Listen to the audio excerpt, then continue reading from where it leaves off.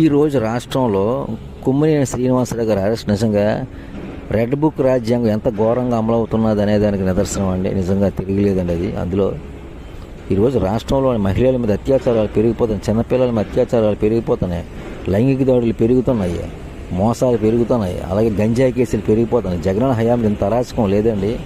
కనీసం ఆ మహిళల మీద అత్యాచారాలు చేసిన వాళ్ళని, చిన్నపిల్లల మీద అత్యాచారాలు చేసి వాళ్ళ మీద ఇప్పుడు ఎటువంటి కేసులు, వాళ్ళ మీద ఎటువంటి చర్యలు తీసుకున్నటువంటి రుజువులు, సాక్ష్యాలు కూడా ఏవీ లేవు ఎక్కడ కూడా. కానీ ఒక పక్క రాజధాని పేరు మీద భూముల్ని దోచుకుంటున్నారు, సారవంతమైన భూములు. ఆ భూముల్ని ధ్వంసం చేసి ఒక కాంక్రీట్ జంగల్ కింద మారుస్తున్నారు.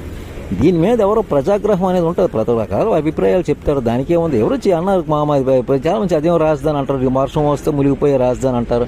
ఎవరో ఒక పత్రికా విలేకరు, మరి ఎవరో విశ్లేషకులు ఎవరో చెప్పారు మాది వేసీఆర్ రాజధాని, మహిళలను ఉద్దేశించి అన్న వాక్యత కాదు అది. వెనక్కి క్షమాపణ కూడా చెప్పారు. దీనికి వాళ్ళ మీద దొంగ కేసులు బనాయించి కుమ్మనేని శ్రీనివాసరావు గారిని అరెస్ట్ చేస్తున్నారు, అతను కూడా పట్టుకోవడానికి ప్రయత్నం చేస్తున్నారు.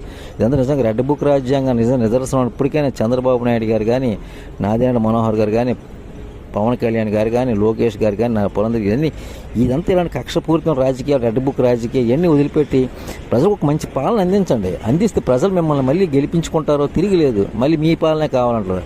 మీరు నిజంగా ఎలాగ చేస్తూ వెళ్ళిపోతాం, నిజంగా ప్రజాగ్రహానికి మీరు గురవుతారు గ్యారంటీ. స్థానిక సంస్థలు ఎన్నికలు త్వరలోనే జరగనున్నాయి. ఆ ఎన్నికలు మనం చిత్తికి ఓడించడం ఖాయం, తిరిగి లేదు, అందులో మాత్రం నో డౌట్. కానీ జగన్ హయాంలో మాత్రం ఇటువంటి అరాచకం ఏది లేదు. జగన్ చెప్పిన హామీలను అమలు చేశాడు, తిరిగి లేదు. ప్రజలందరూ కూడా జగన్ పాలన ఇప్పుడు వస్తే ఎదురు చూస్తున్నారు. అది మాత్రం నిజం, పచ్చి నిజం.